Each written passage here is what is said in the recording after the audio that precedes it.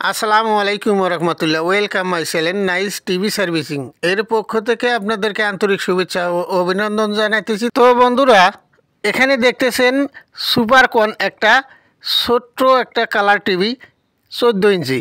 তো এই 14 ইঞ্চি টিভিটার মূল সমস্যা আমি আপনাদেরকে সুন্দরভাবে চেক করিয়ে দেখাইতেছি।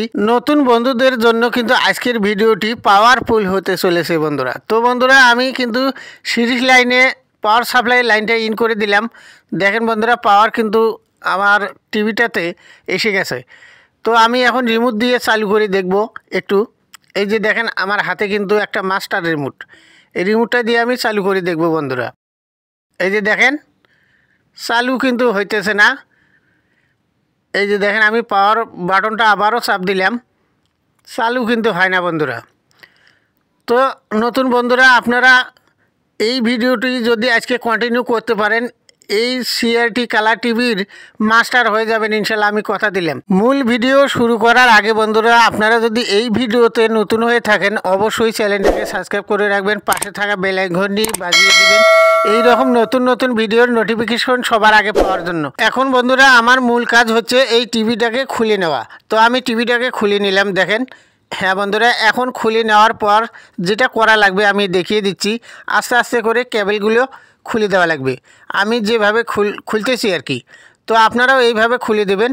দেওয়ার পর যেটা করা লাগে আমি এক এক করে দেখিয়ে দেবো, part to part, step by step আপনাদেরকে শিখিয়ে দেবো ইনশাল্লাহ।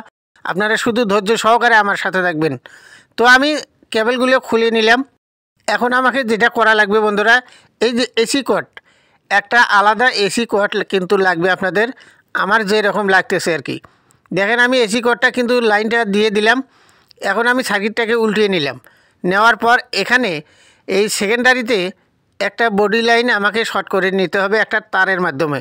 দেখেন, আমি শর্ট করে নিলাম। এই যে দেখেন, এখন এই তারটা দিয়ে আমি মিটারের কালো তারটা আমি শর্ট করে নেব। এই যে দেখেন, আমি শর্ট করে নিতেছি। এই যে দেখেন বন্ধুরা, আমার কিন্তু শর্ট করে নেওয়া শেষ।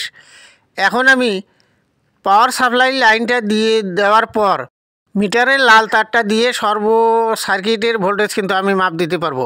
আপনারাও এরকম করবেন। আমি সিরিজ লাইনে পাওয়ার সাপ্লাই লাইনটা দিয়ে দিলাম। এখন আমি এই লাল তারটা দিয়ে আগে সর্বপ্রথম যেটা করা লাগবে বন্ধুরা, তার আগে মিটার সিলেক্ট করে নেওয়া লাগবে 250। আমি 250 সিলেক্ট করে নিলাম। পাওয়ার ভোল্টেজটা আগে দেখা লাগবে বন্ধুরা, কত আছে এখানে। 110-এর যে রেজিস্ট্যান্সটা আছে আমি কিন্তু মিটার নিচের মাথায় ধরছি বন্ধুরা। দেখেন, একুরেট 100 ভোল্ট দেখাইতেছি। তো আমাদের পাওয়ার ভোল্টেজ কিন্তু একুরেট পেলাম। এখন আমি যেটা করব, এই যে দেখেন এখানে আউটপুট ট্রানজিস্টরটা আছে, এটা আউটপুট ট্রানজিস্টরের মিডল পিনে ধরলাম আমি। হ্যাঁ বন্ধুরা, এখানেও কিন্তু 100 ভোল্টেই দেখাইতেছে। তো যাই হোক, পাওয়ার ভোল্ট ক্লিয়ার আছে আমাদের। এখন আমি যেটা করব, মিটার একটু সিলেক্ট করে নেব 50 সিলেক্ট করে নেওয়ার পর একটু আমি যাব ভার্টিক্যাল সেকশনে বন্ধুরা। এই যে দেখেন, ভার্টিক্যাল আইসির প্রথম পিনে আমি ধরলাম মিটারটি, একটু লক্ষ্য করবেন মিটারে। এই যে দেখেন, এখানে 27 ভোল্ট দেখাইতেছে, এখানে 27 ভোল্ট থাকাই লাগবে। তারপর আমি নিচের পিনে ধরলাম 3 নাম্বার পিনে।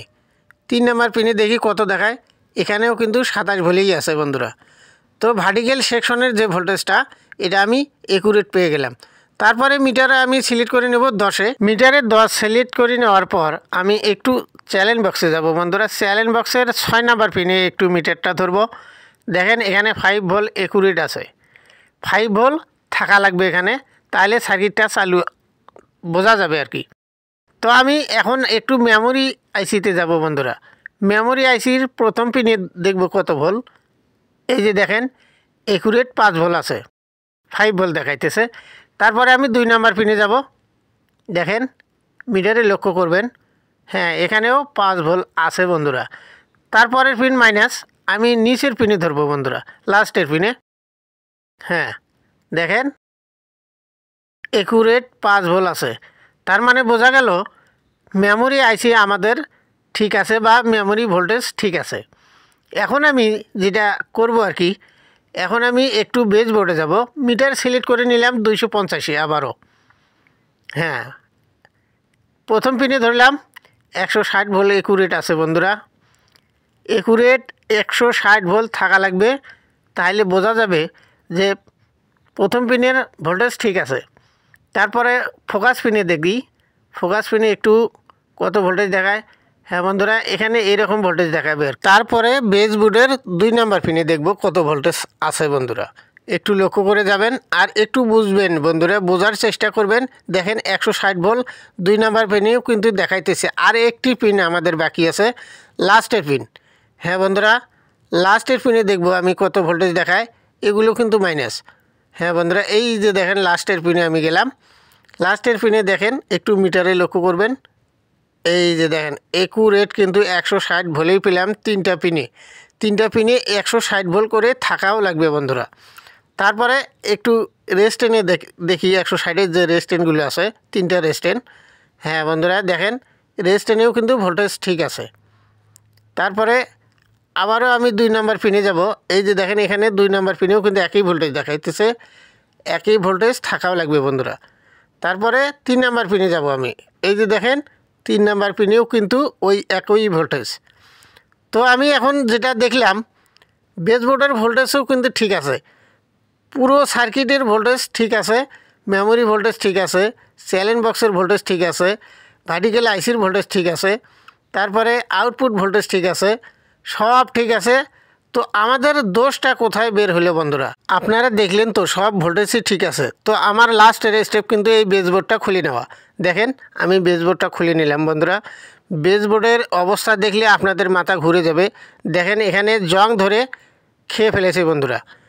এই যে দেখেন একদম জং ধরে খেয়ে ফেলেছে।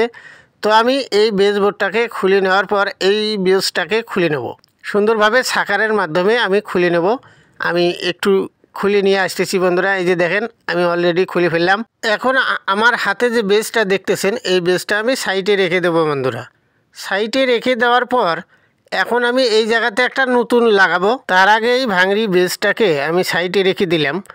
এখন আমি এই যে বেস দেখেন এখানে বেসটা খোলা রয়েছে, আমি একটা নতুন নিয়ে নেব হাতে। এই যে দেখেন আমি কিন্তু নতুন একটা নিয়ে নিলাম, সুন্দরভাবে বসিয়ে দেব যেভাবে বসা ছিল বন্ধুরা। এই যে দেখেন আমি সুন্দরভাবে বসিয়ে নিচ্ছি অলরেডি।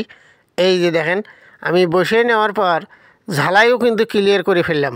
আপনারা এরকম করে নেবেন। তো এই তারটা কিন্তু ওই ভিতরে লাগবে, আমি অলরেডি লাগিয়ে ফেললাম। এখন আমি এই বেসবোর্ডটাকে সুন্দরভাবে টিউবে বসিয়ে দেব। এই যে দেখেন আমি বসিয়ে দিচ্ছি, একটু লক্ষ্য করে দেখবেন আমি সুন্দরভাবে বসিয়ে দিচ্ছি। হ্যাঁ বন্ধুরা, আপনারা সাবধানে লাগাবেন, একটা পিন যেন বাঁকা হয়ে না যায় আর কি। যেভাবে লাগা ছিল এইভাবে লাগাবেন। হ্যাঁ বন্ধুরা, দেখেন আমি সুন্দরভাবে লাগিয়ে নিলাম। এই যে দেখেন আমি সুন্দরভাবে লাগিয়ে নেওয়ার পর একটু চেক করব বন্ধুরা। আমি সিরিজ লাইনে পাওয়ার সাপ্লাই লাইনটা দিয়ে দিলাম। এখন আমি আপনাদেরকে একটু স্ক্রিনে নিয়ে যাব। তার আগে বন্ধুরা, ভিডিওটি যদি একটু ভালো লেগে থাকে অবশ্যই একটা লাইক দিতে বন্ধুরা ভুলবেন না। একটা লাইক দিলে কিন্তু পরবর্তী ভিডিও আরও সুন্দর করে সাজিয়ে আনার জন্য অনেকটাই মডিফাই করে। আলহামদুলিল্লাহ আমাদের টিভি কিন্তু ওকে হয়ে গেল। দেখেন কিভাবে টিভিটা ওকে করলাম আমি। আপনারা চাইলে কিন্তু এইভাবে করে নিতে পারবেন নিজের বাড়িতে বসেই ইনশাল্লাহ। এখন আমি একটু রিমোট দিয়ে চালিয়ে দেখব ইনশাল্লাহ। তো আমি পাওয়ার বাটনটা চেপে ধরলাম। দেখেন বন্ধুরা টিভিটা অফ হয়ে গেল বন্ধুরা। এখন আমি আবারও একটু চালু করব পাওয়ার বাটন দিয়ে, রিমোটের পাওয়ার বাটন। হ্যাঁ বন্ধুরা, একটু লক্ষ্য করবেন। টিভিটি চালু হওয়া পর্যন্ত একটি কথা বন্ধুরা, ইউটিউবে বহুত টেকনিশিয়ান আছে, এইভাবে বুঝিয়ে দেয় কি না আমি বলতে পারবো না, আমি যেভাবে বুঝিয়ে দিলাম আর কি। এই যে দেখেন আমাদের টিভি কিন্তু চালু হয়ে গেল। তার মানে এখন আমাদের এই টিভিটা কমপ্লিট হয়ে গেল একদম সম্পূর্ণটা। তো বন্ধুরা, ভিডিওটি কেমন লাগলো অবশ্যই কমেন্ট করে মতামত জানাবেন।